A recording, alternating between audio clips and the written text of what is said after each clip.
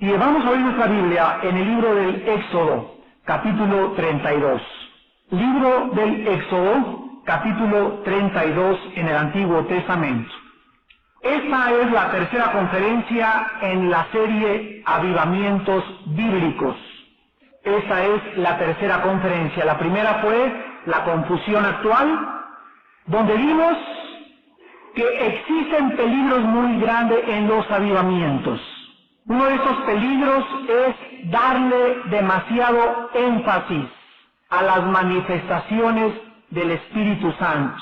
Una de las responsabilidades que todos los líderes y todos los pastores necesitamos delante de Dios tener es controlar y discernir lo que sucede en la iglesia en cuanto a manifestaciones del Espíritu.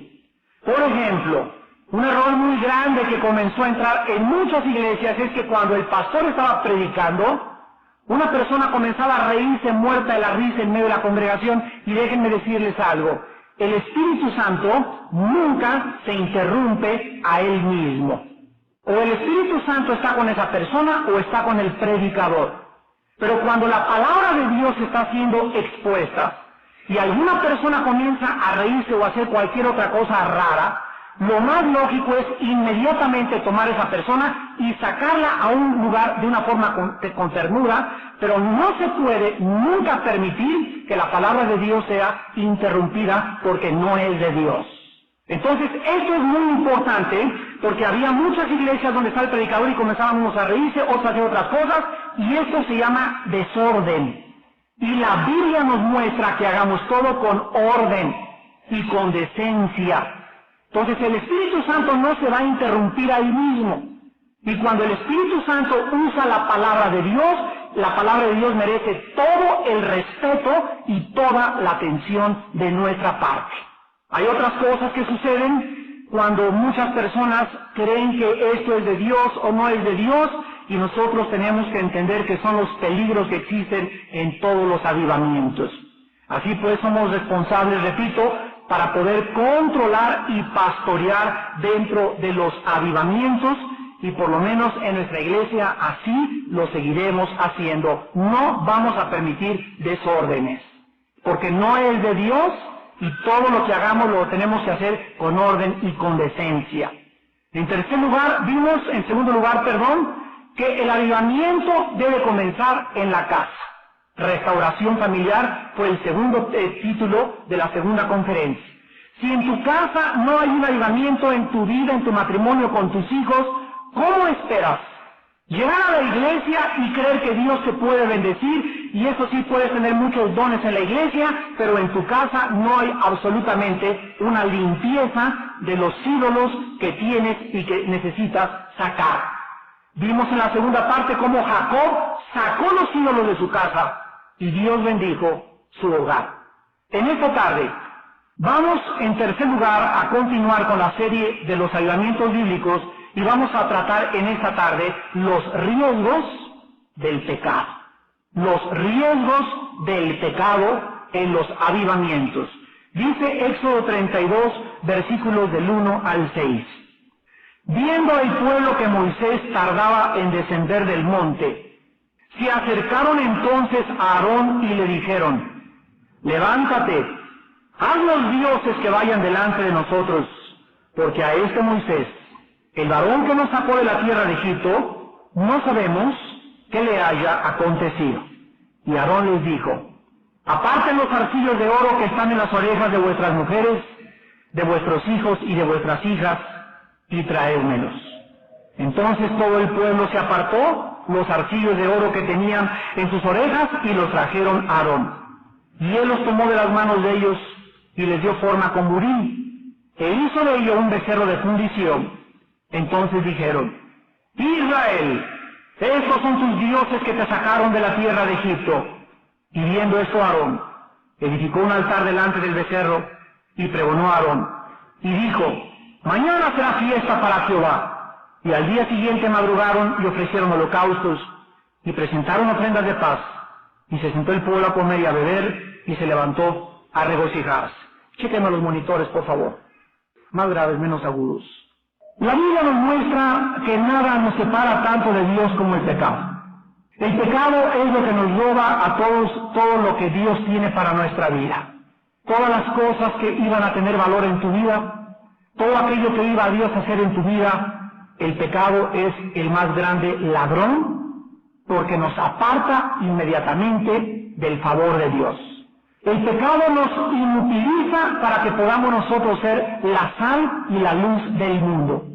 Y cuando nosotros ya no podemos tener un testimonio ante el mundo, cuando nosotros ya no podemos iluminar a las personas de nuestro alrededor, cuando en tu casa o en tu escuela o en tu trabajo ya tú no eres el que equilibras, el que les muestras, este es el camino, están ustedes equivocados, esta es la forma como debemos de vivir, entonces la Biblia nos muestra que el mundo no tiene absolutamente ninguna esperanza.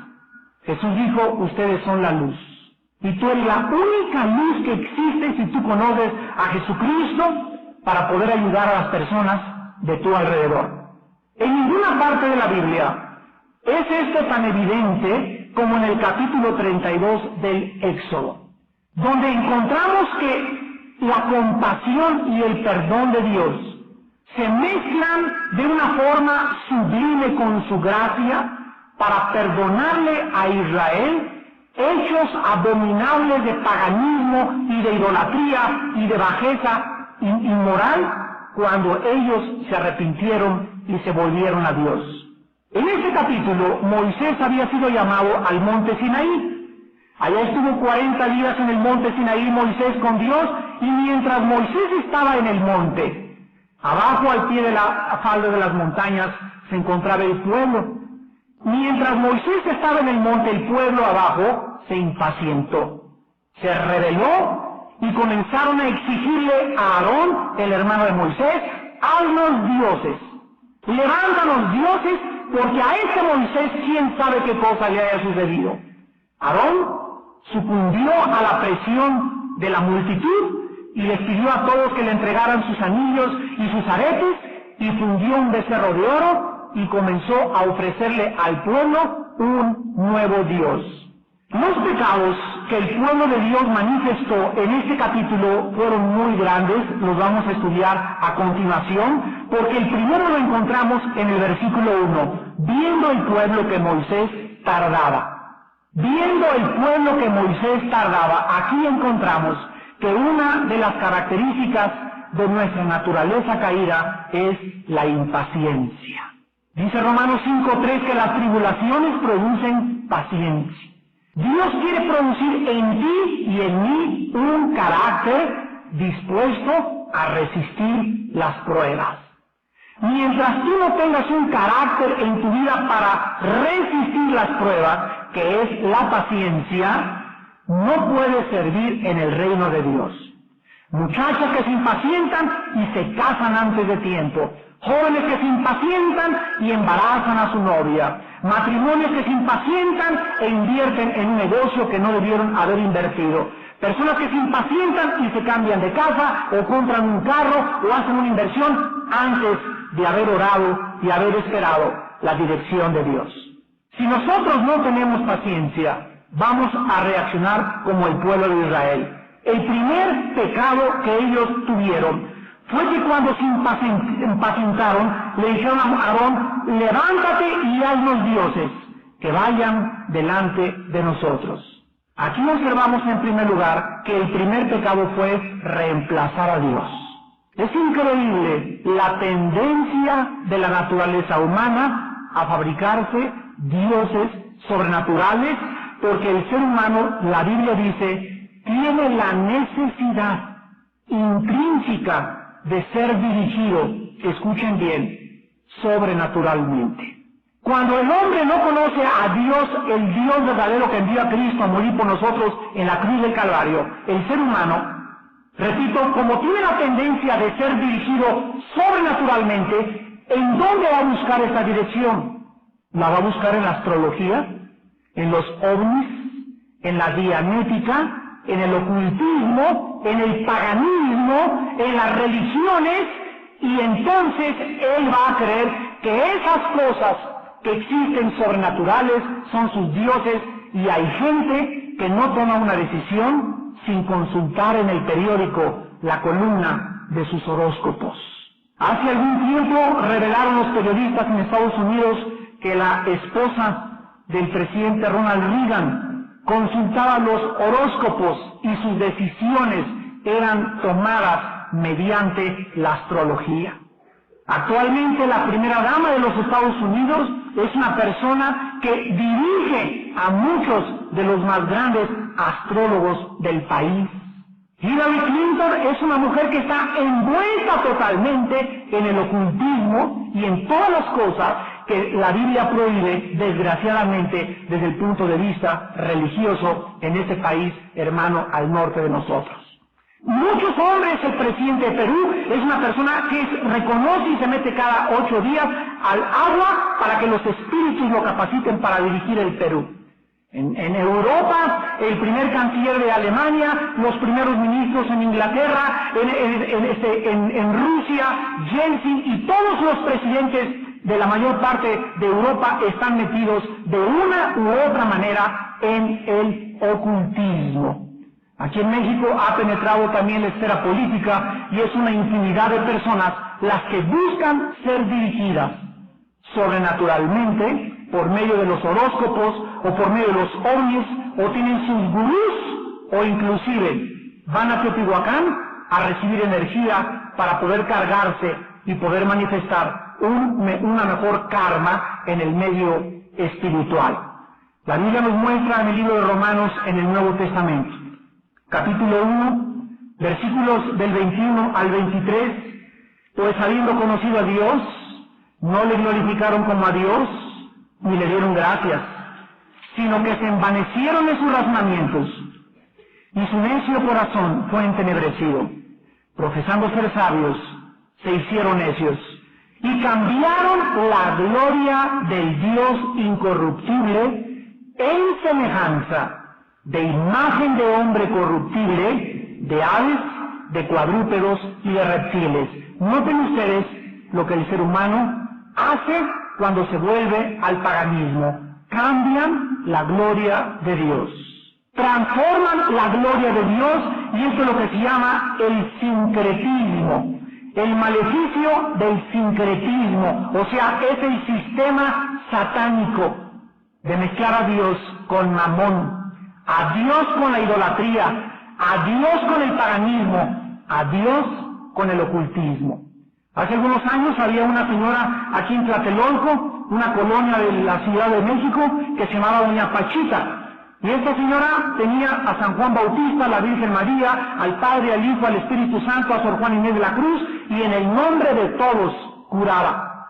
Y cuando curaba de una forma milagrosa, porque tenía poderes sobrenaturales para curar que no provenían de Dios, veíamos en el consultorio de ella el sincretismo, o sea, la mezcla de la religión de los santos del ocultismo con Dios. Hay mucha gente que dice, yo creo en Dios, y al entrar en su casa dicen, se leen las manos y se echan las cartas tarot, y tiene la imagen de la Virgen María, la mezcla del ocultismo con la religión. Esto es condenado en la Biblia, y esto es lo que hizo el pueblo de Israel. Mezclar al Dios que se había revelado a ellos con el ocultismo y con el paganismo.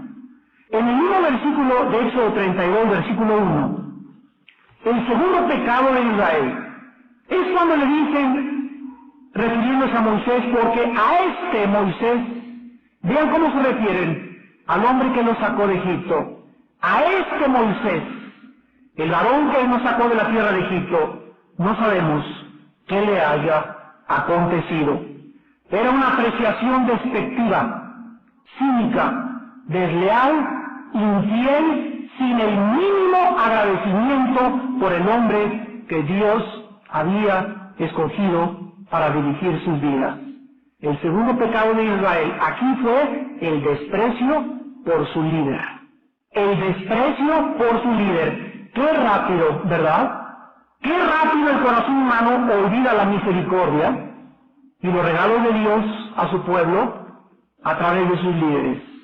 En su primera carta a los tesalonicenses, Capítulo 5, el apóstol Pablo, conociendo el corazón humano, en los versículos del 12 al 13, les dice a la iglesia de Tesalónica: les ruego, hermanos, que reconozcan a los que trabajan entre ustedes y los dirigen en el Señor y los amonestan, y que los tengan en mucha estima y amor por causa de su obra. La Biblia nos manda que nosotros seamos agradecidos con nuestros líderes, pero no solo con nuestros líderes, dice aquí, sino que reconozcan a los que trabajan entre ustedes. ¿Cuántos cuando llegan aquí a la iglesia del sur reconocen a los edecanes, a los de seguridad, a los que le reciben su coche, boletos? Todos ellos trabajan voluntariamente para Dios. ¿Cuántos de ustedes cuando llegan los saludan y le dan gracias a Dios, que si no fuera por ellos tú no podrías ser servido cada domingo y cada vez que predicamos la palabra de Dios? Hay muchos de ustedes que vienen solamente, repito, a sentarse y a recibir, y en la vida han ofrecido un servicio a Dios. ¿Saben ahora en el mes de agosto por qué suspendimos los estudios los martes y los jueves, los martes en el norte y los jueves en el sur? Para darles vacaciones a nuestros servidores.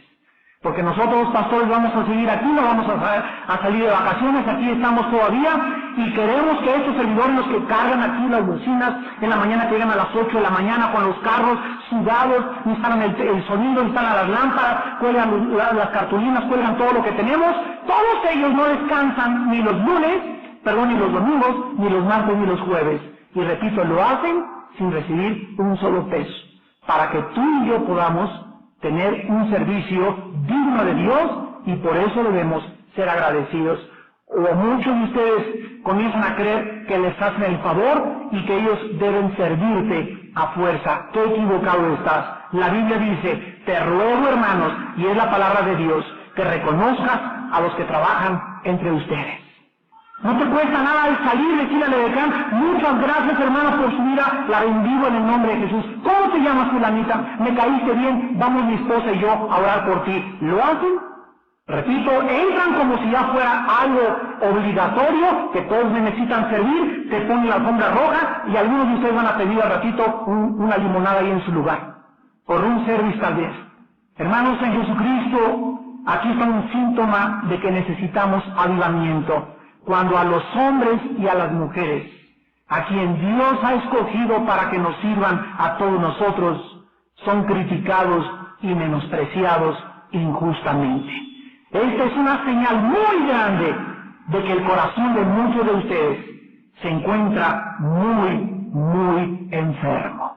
En Hebreos 13, versículo 17, la Biblia dice: obedezcan a vuestros pastores y sujétense a ellos, porque ellos velan por vuestras almas, como quienes han de dar cuenta, para que lo hagan con alegría y no quejándose, porque esto no os es provechoso. Obedezcan a vuestros pastores y sométanse a ellos. Siempre que ustedes, a la iglesia que tú asistas, escuches hablar mal de tu pastor, a esa persona cállale la boca inmediatamente. No te hagas partícipe ni cómplice, sino dile a esa persona: antes de que me digas más, quiero preguntarte, ¿ya se lo dijiste tú en su cara a tu pastor? Y si no se lo has dicho, vete a otra iglesia. Si no estás a gusto, no hay ningún problema, pero no te quedes en una iglesia a sembrar semillas de cizaña y de duda entre las ovejas, a envenenar a las ovejas, sembrando dudas e hiriendo la reputación del líder espiritual de esa iglesia. Si tú no estás a gusto con tu pastor, búscate otra iglesia donde estés a gusto con tu pastor. Pero si tú vas a tu iglesia, sométete y obedece a tus pastores, porque ellos son a quienes Dios ha escogido para dirigir y velar por tu alma. Y en tercer lugar, el tercer pecado de Israel, en Éxodo 32, del 2 al 6. Dice la Biblia que entonces Aarón les dijo: aparten los arcillos de oro que están en sus orejas, tráiganmelos. El pueblo se apartó los arcillos, los trajeron a Aarón, él los tomó de sus manos, Les dio forma, hizo un becerro y comenzaron a pregonar que estos eran los dioses de Israel. Dice el versículo 6, y al día siguiente madrugaron y ofrecieron holocaustos y presentaron ofrendas de paz, y se sentó el pueblo a comer y se levantó a regocijarse. Aquí encontramos que la palabra regocijarse significa en el hebreo, es la palabra sachak, y significa libertinaje sexual con caricias. Es la misma palabra que se usa en Génesis 26, versículo 8, para acariciar sexualmente. Entonces aquí encontramos que el pueblo hizo una orgía sexual al pie de la montaña donde Dios acababa de darles los 10 mandamientos. El tercer pecado fue la inmoralidad. Para completar el monstruoso acto de cinismo y de idolatría, comenzaron a sacar el alcohol, se desnudaron y comenzaron a bailar y a desenfrenarse sexualmente. Aquí encontramos que siempre la idolatría lleva al degeneramiento sexual. Cuando una persona no adora al Dios verdadero, y cuando esa persona que no adora al Dios verdadero no conoce más que los dioses que él se ha inventado, encontramos algo increíble. Todas las personas metidas en la astrología, las personas metidas en el ocultismo, en la brujería, etcétera, etcétera, casi el 99% son personas sumamente inmorales. No tienen ningún freno de santidad ni de restricción en sus vidas. Pero cuando conoces al Dios de la Biblia que te dice, no cometerás inmoralidad, sean santos porque yo soy santo, nuestra vida comienza, por primera vez, a tener un freno. El temor de Dios es reconocer que Dios nos ve, tener conciencia que Dios nos paga conforme a nuestras obras, saber que nuestra vida nunca podrá llegar a ningún lado cuando vivimos en libertinaje sexual. ¿Qué hizo Dios ante estos pecados? Eran pecados tan graves que Dios amenaza, escuchen, a destruir a Israel. Dios amenaza a destruir a Israel, exceptuando a Moisés, a quien Dios ahora le quiere conceder todas las promesas de los patriarcas, y en segundo lugar Dios amenaza con retirar su presencia de la vida de su pueblo. Éxodo 32, versículos del 7 al 10. Entonces Jehová dijo a Moisés, anda, desciende, porque tu pueblo que sacaste de la tierra de Egipto se ha corrompido. Pronto se han apartado del camino que yo les mandé. Se han hecho un becerro de fundición y lo han adorado. Le han ofrecido sacrificios y han dicho, Israel, estos son tus dioses que te sacaron de la tierra de Egipto. Dijo más Jehová a Moisés, yo he visto este pueblo que por cierto es pueblo de dura cerviz. Ahora pues, déjame que se encienda mi ira en ellos y los consuma, y de ti yo haré una nación grande. Y en el capítulo 33 de Éxodo, versículo 3, dice la Biblia, pero yo no subiré en medio de ti, porque eres pueblo de dura cerviz. Amados hermanos, en Jesucristo entramos ahora a nuestra lección de esta mañana.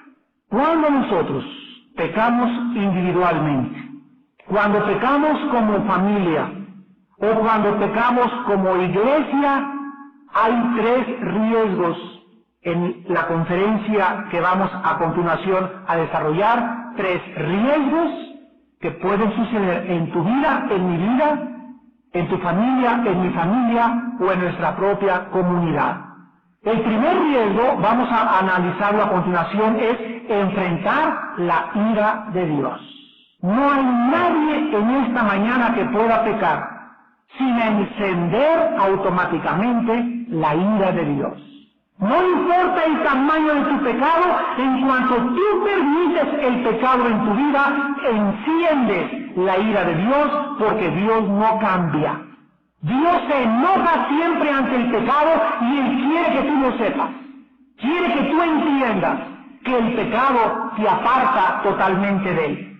Esa es la segunda riesgo, enfrentar la pérdida de la presencia de Dios por tu pecado. Cuando tú pecas, no pierdes la salvación, no pierdes la salvación, porque la salvación no se puede perder si la tienes verdaderamente. Pero sí pierdes la comunión con Dios inmediatamente. Y en tercer lugar, perdemos el favor de Dios en nuestra vida. Vamos pues a analizar estos tres riesgos en esta mañana: enfrentar la ira de Dios, número 1, enfrentar la pérdida de su presencia en nuestra vida, y número 3, enfrentar la pérdida de su favor a nosotros en Cristo Jesús. Vemos que Dios se enoja porque no tiene ningún sentido. Y es totalmente absurdo e irracional que trates de esconder tu pecado o salirte con la tuya y creer que puedes escaparte del juicio de Dios. La Biblia dice que Dios ve, sus párpados examinan. La Biblia dice que todas las cosas, Hebreos 4:13, están abiertas y desnudas delante de Él. A donde quiera que vayas a pecar, vete a Acapulco a pecar con tu novia a escondidas, o con tu amante, o el dinero que te estás robando en tu compañía, o los negocios que estás haciendo. No importa lo que hagas sin que nadie te vea, Dios te ve. Y Él examina tu corazón, los motivos y las intenciones de tu alma, y lo haces enojar en cuanto tú comienzas a apartarte de Él. Dice Éxodo 32, 7 y 8, Jehová le dice a Moisés: anda y defiende, porque tu pueblo que sacaste de la tierra de Egipto se ha corrompido.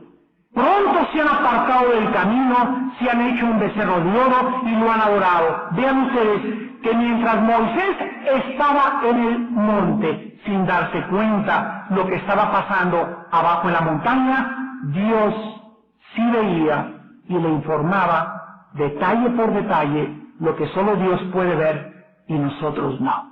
Allá desde el monte Dios veía perfectamente bien lo que estaba pasando y lo que había en el corazón de cada persona abajo en la montaña. Dice la Biblia que nadie está oculto a los ojos de Dios. Nadie puede esconderse delante de Dios y nadie puede salirse con la suya delante de Dios. Tus pecados te alcanzarán. La paga del pecado es la muerte, mas el regalo de Dios es vida eterna en Cristo Jesús. Dice el versículo 9, dijo Jehová a Moisés: he visto este pueblo, que por cierto es pueblo de dura cerviz, déjame que se encienda mi ira contra ellos, y los consuma, y de ti haré una nación grande. En el libro de los Hebreos, en el Nuevo Testamento, en el capítulo 10, versículo 26 al 31, dice la Biblia: porque si pecaremos voluntariamente, después de haber recibido el conocimiento de la verdad, ya no queda más sacrificio por los pecados, sino ¿qué cosa? Una horrorosa, horrenda, horripilante expectación. O sea, no queda más que un sentimiento en el alma de que Dios te ha abandonado, y comienzas a sentirte paranoico, intranquilo, irritable, con coraje, con amargura, con rencor, porque la presencia de Dios ya no está en tu vida. Cuando pecas voluntariamente, cuando lo haces a propósito, cuando no te importa la sangre derramada de Cristo en la cruz del Calvario, no queda más que en el alma un sentimiento horrible de abandono. Dice Proverbios 28:1, huye el impío sin que nadie lo persiga. Te levantas ansioso, te levantas ansiosa, irritable, sin paz, burlona, criticón, sin ganas de nada. Comienzas por todos lados a manifestar tu enojo y tu ira. Acordémonos que la paz de Dios debe gobernarnos. Dice Colosenses 3, la paz de Dios gobierna en vuestros corazones. Y cuando la paz no gobierna en tu corazón, cuando te enojas, cuando estás irritable, cuando ya perdiste esa paz, cuando ya comienzas a tener temores, y ya te da miedo de levantarte, y ya tienes miedo de aquello y miedo de aquello, examina tu vida inmediatamente, porque la pérdida de la paz es la primer señal la primer campana de alarma que en tu vida hay pecado. Dice el versículo 27 de Hebreos 10, no queda más que una horrenda expectación de juicio. Tú sabes que ya no tardas en ser juzgado. Tu alma te da testimonio, si eres cristiano, que no te le vas a escapar a Dios, y esa ansiedad que produce el pecado de tu alma y de mi alma, hermanos, es lo que nos debe llevar a arrojarnos al pie de nuestra cama, en rodillas, en silicio y ceniza, en arrepentimiento, rasgando nuestro corazón y decirle a Dios: Padre, ya no puedo más, te confieso mi pecado. El que encubre sus pecados no prosperará, mas el que los confiesa, el que le dice: Señor, sí es cierto, me pongo de acuerdo contigo, he hecho esto, desde hace una semana estoy mal con mi novia, estoy mal con mi novio, tengo estas intenciones, me visto con escotes, me visto con minifaldas, mira que cada muchacho que pasa le veo las piernas, Señor, traigo mucha morbosidad dentro de mí, traigo muchas ganas de robar, cualquier cosa que sea lo que le robe a Dios en tu corazón, en lugar, díselo, confiésaselo y arrepiéntete. Porque si tú no lo haces, ¿qué pasa con el pecado? El pecado comienza a crecer.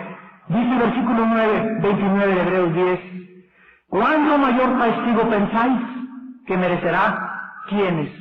Número 1, el que pisotea al Hijo de Dios. Número 2, el que tenga por inmunda la sangre del pacto. Y número 3, el que haga afrenta al Espíritu Santo. 3 razones por las cuales Dios te va a castigar más a ti y más a mí, que conocemos que el Cristo murió por nosotros, que su sangre nos limpia de todo pecado y que su Espíritu Santo nos convence de justicia, pecado y de todas las cosas que nos tiene que convencer. Dios juzga más dramáticamente a las personas que le conocemos que a tu compadre que no conoce y que se emborracha en el Azteca y que anda con la mujer que no sé qué. A ellos los trata Dios diferente, pero a nosotros, su pueblo, Dios se enoja porque tú sabes que la sangre de Cristo nos limpia de todo pecado. En segundo lugar, en Éxodo 33, versículo del 1 al 3, el segundo riesgo que encontramos al pecar no solo es enfrentarnos con la ira de Dios, el enojo de Dios, sino que aquí encontramos que cuando tú y yo pecamos, vamos a enfrentar inmediatamente la pérdida de su presencia en nuestra vida. ¿Saben ustedes lo que es el testimonio de Dios? ¿Saben ustedes lo que es la gloria de Dios? El testimonio de Dios es la capacidad que tú y yo tenemos de hablar de Cristo con poder. Es la capacidad y la habilidad de enfrentarnos a un mundo que nos agrede y nadar como los salmones en contra de la corriente. Ese es el testimonio de Dios. Y la gloria de Dios es la presencia de Dios. Cuando decimos aquí está la gloria de Dios, estamos diciendo aquí está la presencia de Dios.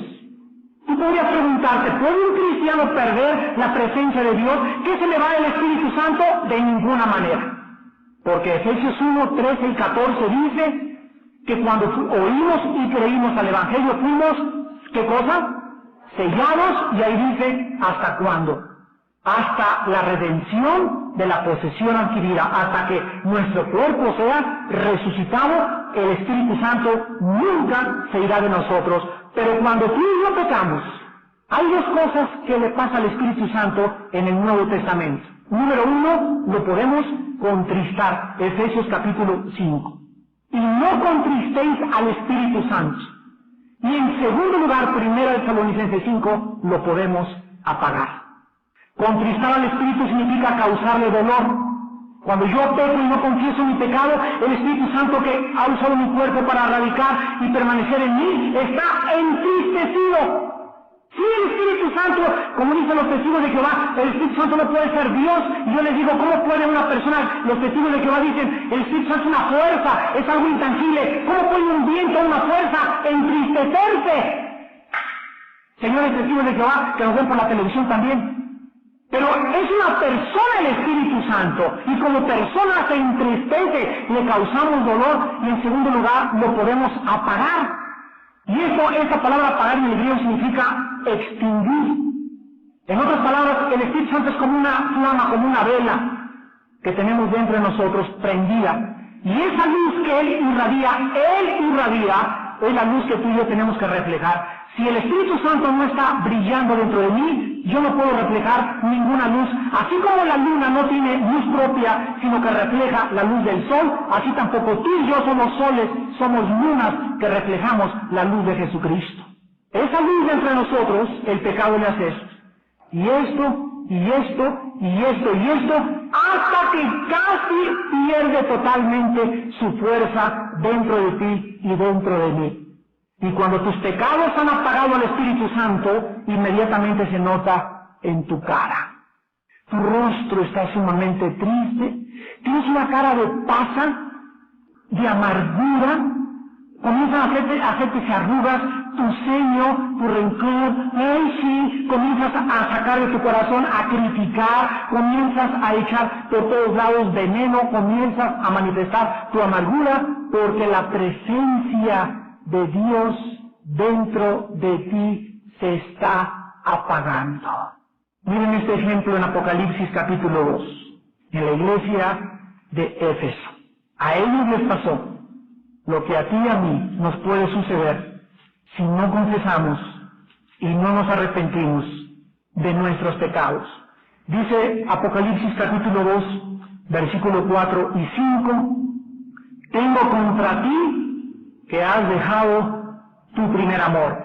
Recuerda por tanto de dónde has caído y arrepiéntete y haz las primeras obras, pues si no, miren ustedes, si no hay arrepentimiento, ¿a quién está hablando el ángel de la iglesia de Éfeso? A los cristianos, no a los incrédulos, a ti y a mí. Vendré pronto, ¿y qué va a hacer Dios? ¿No oigo? Quitaré, ¿qué cosa? El candelero. En el capítulo 1 de Apocalipsis, el candelero es el Espíritu de Dios, brillando a través de la iglesia. Dice Dios, quitaré tu luz, quitaré tu testimonio. Y por eso pasan 5 años de tu vida y nunca has dado testimonio de Jesucristo en ninguna parte, porque siempre has vivido apagado, en pecado, rechazando la fuerza y el poder de Dios. Al contrario, hay muchos de ustedes que cada semana ganan un alma en la secundaria para Cristo. Muchos de ustedes jóvenes cada mes ganan 2 almas en la prepa para Cristo.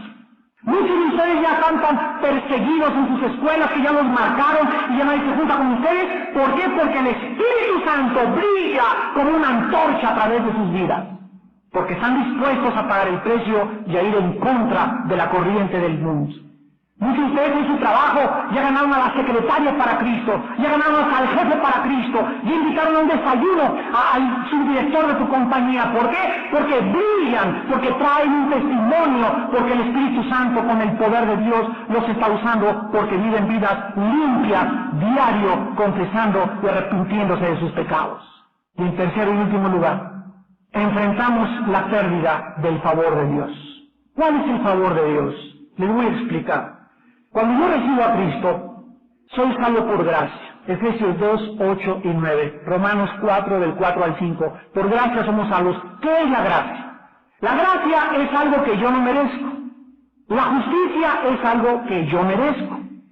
Si Dios hubiera usado la justicia antes de salvarte a ti y a mí en lugar de la gracia, todos estaríamos condenados en esta mañana. Pero Dios no usó la justicia para salvarnos, usó su gracia, o sea, no se fijó en nuestros pecados, se fijó en lo que su Hijo hizo en nuestro lugar. Y cuando yo creo en Jesucristo y le recibo por la fe, en ese momento Dios me dice, ahora estás en favor conmigo, ahora ya no hay nada que tenga yo contra ti, tu expediente ha sido roto, ya mi Hijo pagó por ti, ahora ven, hijo mío, entra a mi presencia las veces que quieras. Esto lo explica Romanos 5, del 1 al 2. Justificados pues por la fe, tenemos paz para con Dios por medio de nuestro Señor Jesucristo, por quien también tenemos por la fe entrada a esta gracia en la cual estamos firmes y nos gloriamos en la esperanza de la gloria de Dios. En otras palabras, después de que soy justificado, tengo paz para con Dios y tengo entrada, entrar a la presencia de Dios. Ahora está Dios con los brazos abiertos esperándome, diciéndome, Armando, todos los días ven y cuéntame, confiésame, y cada vez que yo me acerco a Dios, recibo la gracia santificante. Una cosa es la gracia salvífica, otra cosa es la gracia santificante. Tú y yo necesitamos diario, para poder tener poder y vivir para Dios, la gracia de Dios. Dice Hebreos 12:15 que esta gracia la pierden los amargados. ¿Sabían? Mirad bien, no sea que en alguno de ustedes brote alguna raíz de amargura y deje de alcanzar la gracia de Dios. Y muchos sean contaminados. La amargura es una barrera que detiene la gracia de Dios en mi vida, no para salvarme, sino para poder vivir para Él. Ahora bien, cuando nosotros pecamos, en ese momento, la gracia de Dios, que es el poder y la habilidad que me da para hacer su voluntad, en ese momento se bloquea, el Espíritu Santo se comienza a apagar y pierdo yo mi testimonio y pierdo yo mi presencia ante el mundo. Pierdo el favor de Dios. ¿Qué significa perder el favor de Dios? Vamos a verlo en Éxodo 33, del 1 al 3. Jehová le dijo a Moisés, anda, sube de aquí tú y el pueblo que sacaste de la tierra de Egipto, a la tierra de la cual juré a Abraham, Isaac y Jacob, diciendo, a tu descendencia la daré. Y yo enviaré delante de ti el ángel. Miren ustedes, aquí ya Dios no sería el que los iba a dirigir un ángel. Y echaré fuera al cananeo, al fereceo, a la tierra que fluye leche y miel, pero yo no subiré de en medio de ti, porque eres pueblo de dura cerviz, no sea que te consuma en el camino. Moisés le responde a Dios, mira, tú me dices a mí, saca este pueblo, y tú no me has declarado a quién enviarás conmigo. Sin embargo, tú dices, yo te he conocido por tu nombre, y has hallado gracia en mis ojos. Ahora pues, si he hallado gracia en tus ojos, te ruego que me muestres ahora tu camino, para que te conozca y halle gracia en tus ojos, y mira que esta gente es pueblo tuyo. Y él dijo, mi presencia irá contigo. ¿Y qué pasa cuando su presencia está en nuestra vida? Tenemos descanso. Moisés era un hombre que sabía que no podía amanecer en su vida, un solo día. Era un hombre que sabía que no podía ir al mercado, ni subirse al metro, ni hacer negocios, ni estudiar sin la presencia de Dios en su vida. Moisés sabía lo que Jesús dijo en Juan 15:5, separados de mí, nada podrán hacer. Separados de su presencia no voy ni a Toluca. Si tu presencia no está en mi vida, no me dejes ni siquiera hacer este negocio. Si tu presencia no está en mi vida, Señor, no permitas que me case con este hombre ni con esta mujer. No me permitas nada, Padre. Lo que más anhelo en mi vida es tu presencia. Porque si Él está con nosotros, ¿quién contra nosotros? Si Él está conmigo, aunque un ejército acampe a mi alrededor, no temeré. ¿Qué es lo que no me da miedo? Su presencia. ¿Qué es lo que me hace y me capacita para levantarme y enfrentarme con valor al mundo? Su presencia. ¿Y qué es lo que me quita su presencia? El pecado. El pecado. Siempre el pecado nos separará de la presencia de Dios. En el libro de los Hebreos, en el Nuevo Testamento, en el capítulo 4 de Hebreos, encontramos esto mucho mejor explicado. Y dice Hebreos 4, temamos, no sea que permaneciendo aún la promesa de entrar, ¿en dónde? En su descanso, en su reposo, se tradujo reposo, que es lo mismo. No sea que aún cuando tú tienes la promesa de Dios de entrar en su descanso, alguno de ustedes, en esta mañana, parezca que todavía no tiene descanso en Cristo. Porque también a nosotros se nos ha anunciado la buena nueva como a ellos, o sea, ellos son los del Antiguo Testamento. Pero en el Antiguo Testamento al pueblo de Israel no le aprovechó oír la palabra porque no iba acompañada en los que la oyeron. Pero los que hemos creído, entramos en su descanso, entramos en su reposo, de la manera que dijo, juré en mi ira, no entrarán en mi descanso. Dios jura, y Dios te dice, te juro, hijo, hija mía, que si tú vives en santidad, te lo juro, te bendijo, grandemente. Pero así como te juro bendecirte, también te juro, dice Dios, que si tú no tomas en serio el pecado, no entrarás jamás a descansar en mí nunca.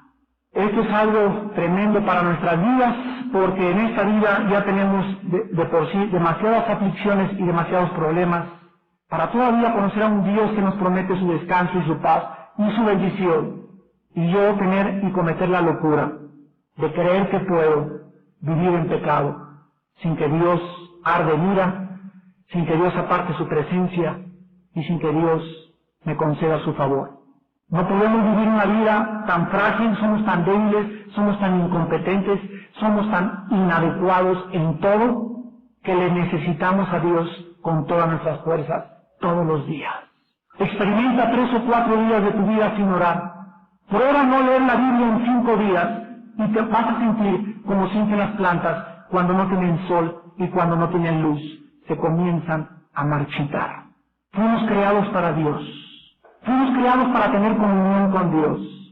Fuimos creados, dice 1 Corintios 1:9, para tener comunión con su Hijo Jesucristo. Dios nos llamó para que le conozcamos y solo en su presencia hay plenitud de gozo. ¿Cuántos de ustedes en esta mañana han pecado? No levanten su mano.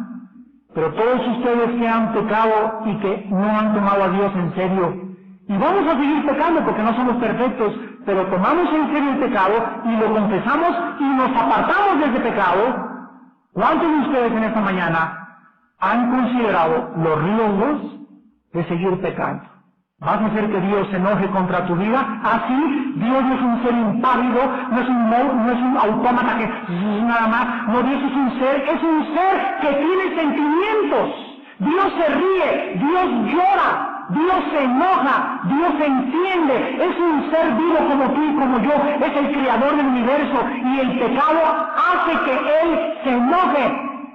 En segundo lugar, el pecado hace que su presencia comience a abandonarte, o sea, su fuerza espiritual dentro de ti comience a apagarse y comienzas a marchitarte, y en tercer lugar hace que tú ya no puedas tener su favor. Perder el favor de Dios es decirle, Padre, te pido que cuides a mis hijos. ¿Sabes qué te contesta Dios? No te contesta tu oración. Dice el Salmo 66:18, si en mi iniquidad hubiera visto el pecado, el Señor no me habría escuchado. Si yo te pido que me devuelvas a mi hijito y que salves a mi hijito, no te contesta Dios. ¿Por qué? Porque por tus pecados. Te pido que me des un trabajo y que me prosperes. Primero confiesa tus mentiras y tus deshonestidades y las cosas que tienes, y después Dios te contesta. Eso es perder el favor de Dios. No pierdes la salvación, pero ya no estás en esa gracia con Dios. Dice el Salmo 34, el ángel de Jehová acampa alrededor de ¿quiénes? De los que le temen. Pero si no le temes y comienzas a burlarte de él, el ángel de Jehová ya no está en tu casa protegiendo a tus hijos, ya no protege a tu esposo, ya no te protege ahora que vas a ir a Tequesquitengo, a Toluca, a Acapulco en vacaciones, ya no va contigo en el coche, aunque le ruegues y le pidas, cubre bajo tu sangre ese coche, Señor, Él no lo va a cubrir. ¿Por qué? Porque antes de pedirle a Dios, necesitas estar en gracia con Él. ¿Qué significa? Que Él está contento con tu vida. Y esta es la seguridad. Que si pedimos conforme a su voluntad, Él nos oye, porque hacemos las cosas agradables en sus ojos. 1 Juan capítulo 3. En esta mañana tenemos que volvernos a Dios con todo nuestro corazón. No podemos arriesgarnos a perder su presencia, ni tampoco su favor, ni tampoco hacerlo enojar, porque Él es un Dios santo y quiere que en esta mañana le tomemos en serio y caminemos en santidad de su mano. Te damos gracias en esta mañana, Señor, por tu palabra.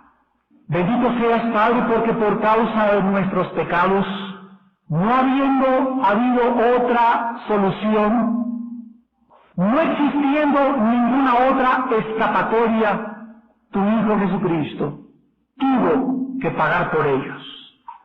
Y si la sangre de Cristo fue lo único que quitó de en medio nuestros pecados, oh Señor, cuánto mayor castigo pensamos que merecerá el que, habiendo conocido y sabido que ese hombre murió en nuestro lugar, que fue tu Hijo, y que si a tu Hijo no lo perdonaste, ¿cómo podremos cualquiera de nosotros creer que nos podremos salir con la nuestra cuando tú no haces acepción de personas? Padre, te damos gracias porque si invocamos tu nombre, debemos recordar que tú juzgas a cada uno de nosotros según sus obras. Temamos pues delante de Dios durante todo el tiempo de nuestra peregrinación, sabiendo que fuimos rescatados de nuestra vana manera de vivir, no con oro ni con plata, sino con la sangre preciosa de nuestro Señor Jesucristo.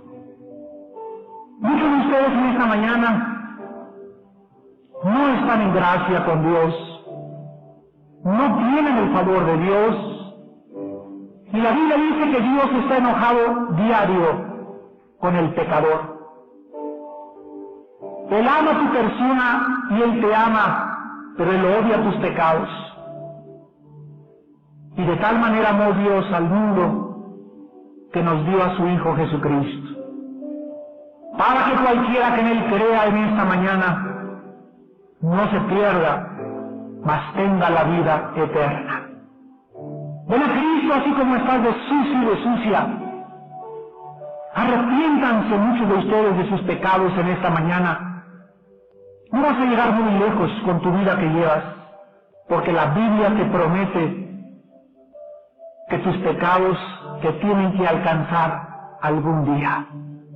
Y ojalá que no sea demasiado tarde en este día, hoy que tu corazón está tan preparado por el Espíritu Santo, hoy que hemos orado por esta reunión, ven a Cristo, así como estás. Y ahí desde tu lugar, dile estas palabras: Señor mío y Dios mío, perdona mis pecados, porque te he ofendido gravemente. Creo que Jesucristo, tu Hijo, tomó mi lugar en esa cruz, en el monte Calvario, y con su sangre pagó la cuenta que yo merecía pagar por mis pecados. Creo que a los 3 días lo resucitaste de entre los muertos y que ahora vives sentado a tu diestra, viviendo para interceder por mí. Señor Jesucristo, yo sé que estás vivo en esta mañana y te invito a que entres a mi corazón como mi Señor y mi Salvador. Lávame con tu sangre y perdóname y capacítame mediante el Espíritu Santo que en este momento